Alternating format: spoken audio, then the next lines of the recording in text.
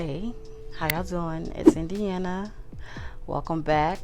This your first time. Hey. So usually I drink wine on this channel. However, I've been sick, and instead of a mocktail today, I'm drinking water because I've had at least 2 glasses of sweet tea today already. So water for the time being, because we're responsible over here sometimes.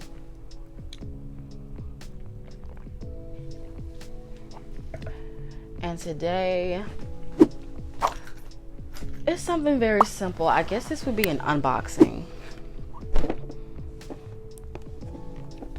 because I spent money on something that I wasn't expecting to spend money on. Now, oh man, I should have had my knife. I didn't even realize it. But since the economy is changing rapidly, the quality of life here in the States is definitely different. And things have got to change, at least in my personal life.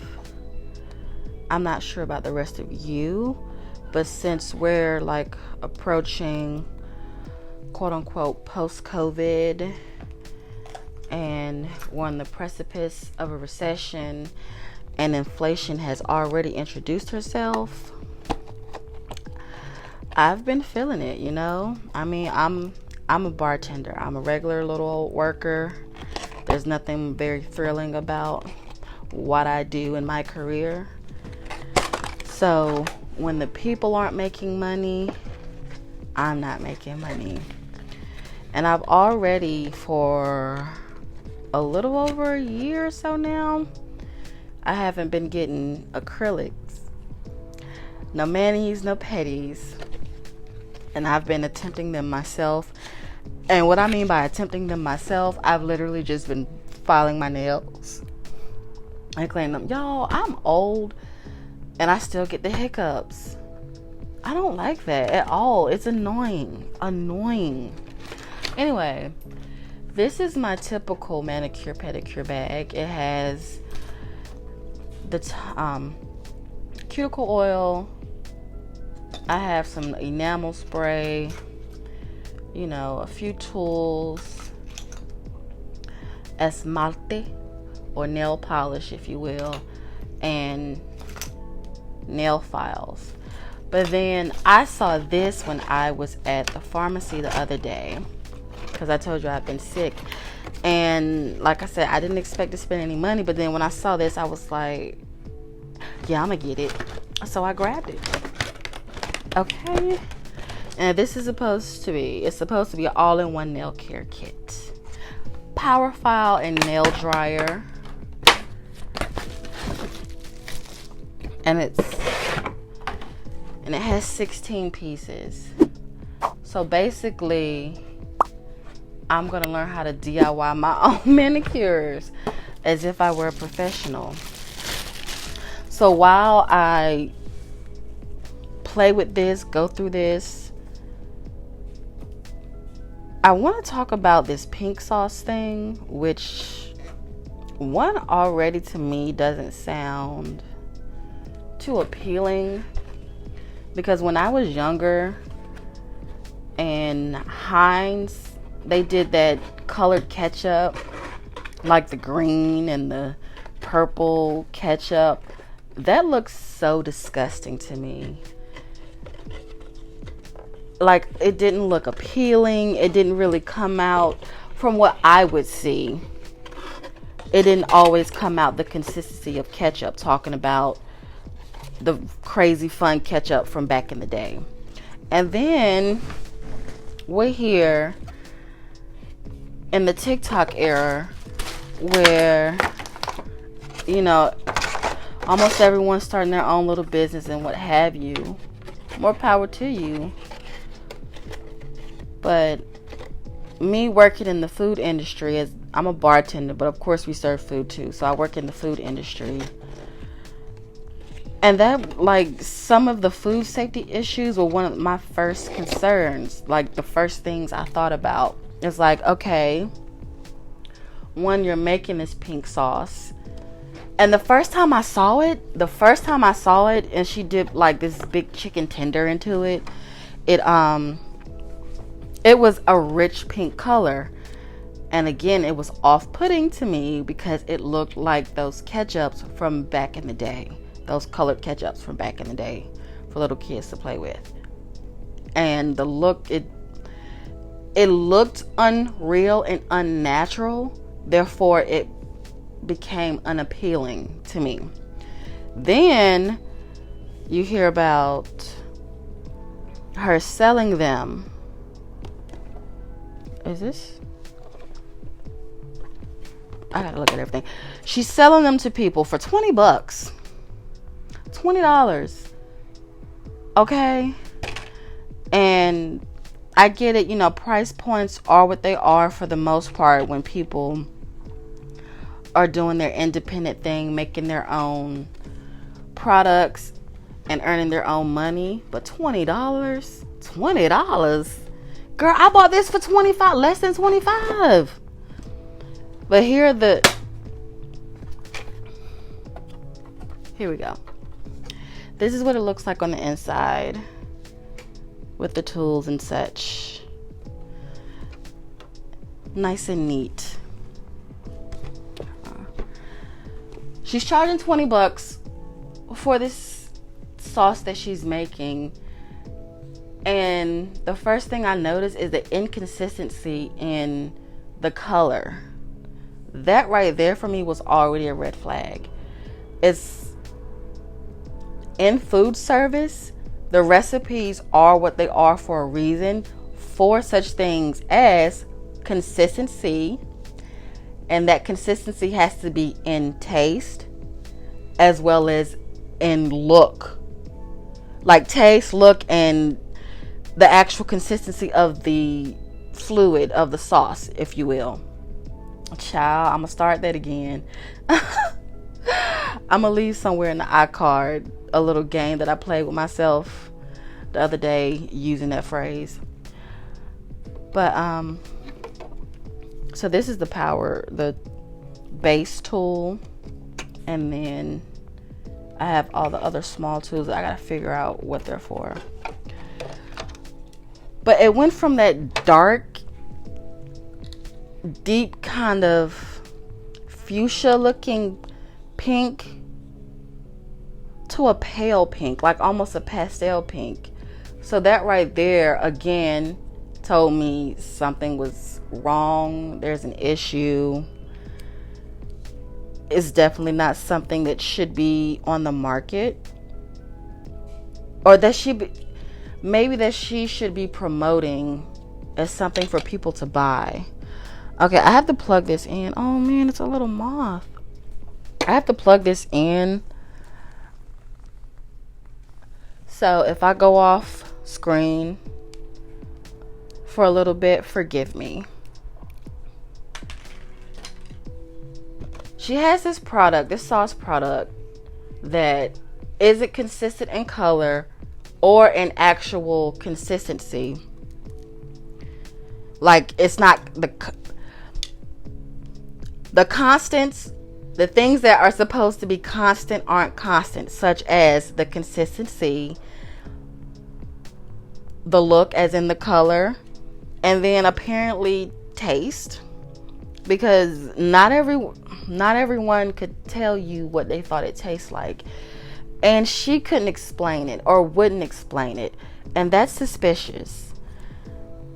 No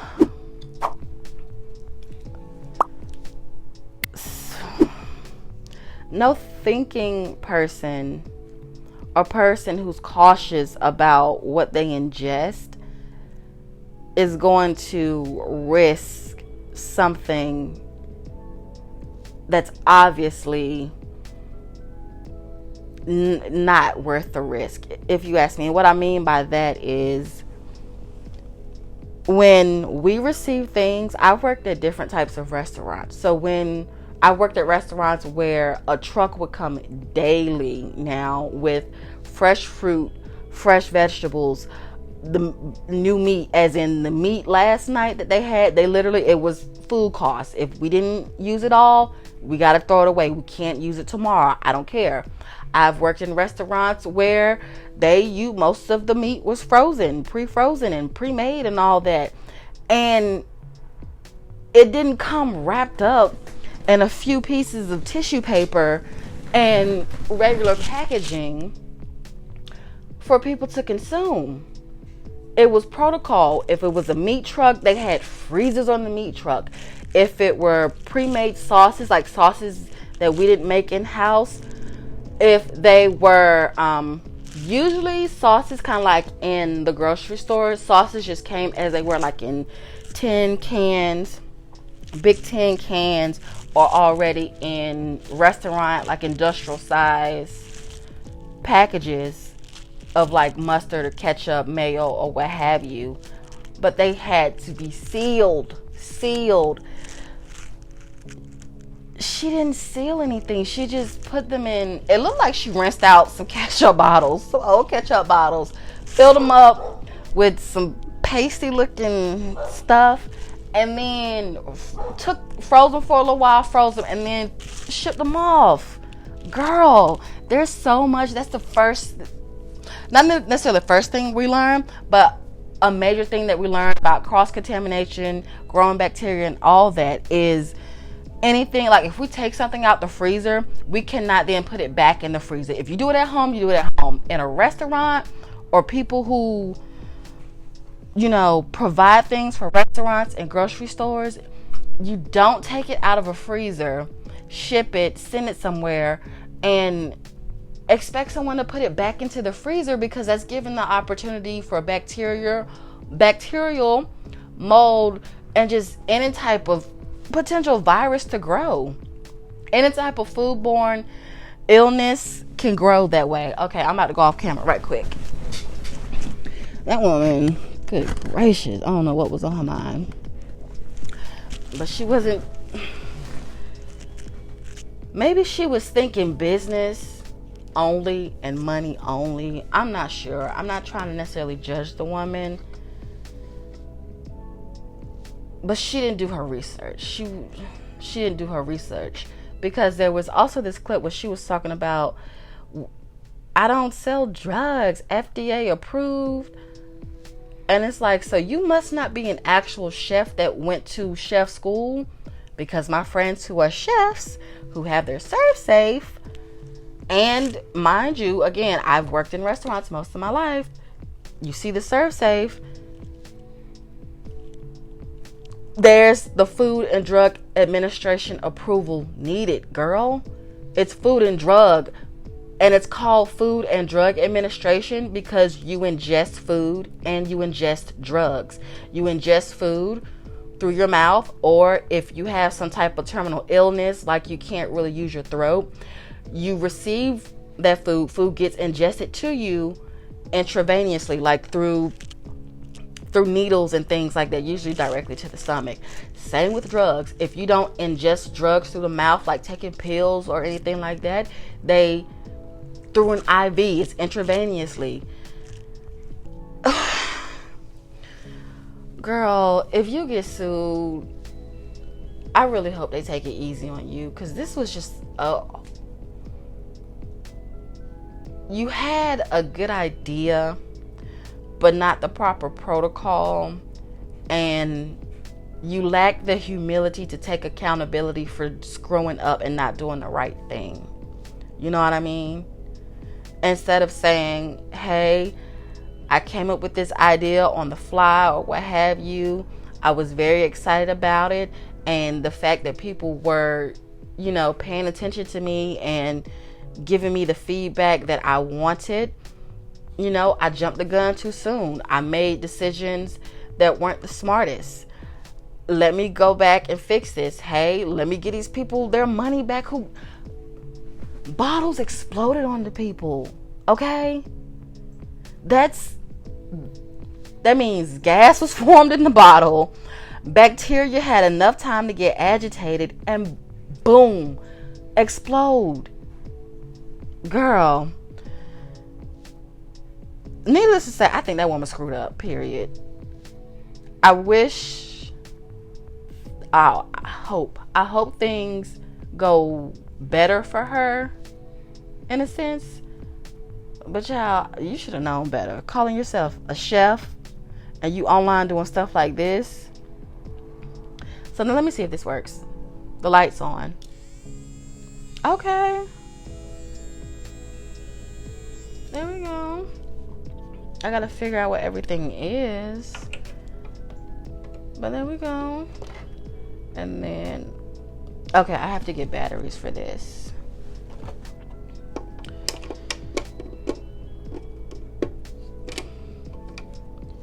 I think this is my cuticle pusher. I hope it's my cuticle pusher. And then I got everything else. But I need, oh, and I got them. Yes. I just need some AA batteries. 2 AA batteries, and this should work. Okay. Alright, I should have some fun with this. Learning how to do my own nails. Since I won't be spending $150 every 2 weeks at the nail shop anymore. I'm actually done with this. This is real quick. I just wanted to come and show y'all how I'm trying to change my life and get my life together and be so much more self-sufficient. Learn a few more skills and whatnot. And kind of give my truncated opinion about this pink sauce and how she had an ingenious idea, because most people like food and most people like food for taste. So she had a good idea there, but she implemented it in a not so ethical way. And then when it came time for her to kind of make amends, she wasn't the smartest about it. And as I keep saying, I hope it doesn't end too much of a travesty for her. You know what I mean? Like, I hope if she's actually a chef, which again, I'm not so sure about, because she didn't go through the proper protocol that a chef who has their actual chef certificate, license, and serve safe would do. But I hope she doesn't lose her license or anything like that, or she at least goes back to chef school for a refresher or something. But needless to say, thanks for watching. Come back another time when I'm not as sick, y'all, because I'm still sick and I have wine. I'll have wine for you. If not next time, then maybe the time after that. And I have other things to talk about, because like I keep saying, I want to talk about more serious things because my mind is usually on more serious things. And obviously I want to do some DIY. So until then, I will see y'all. Bye.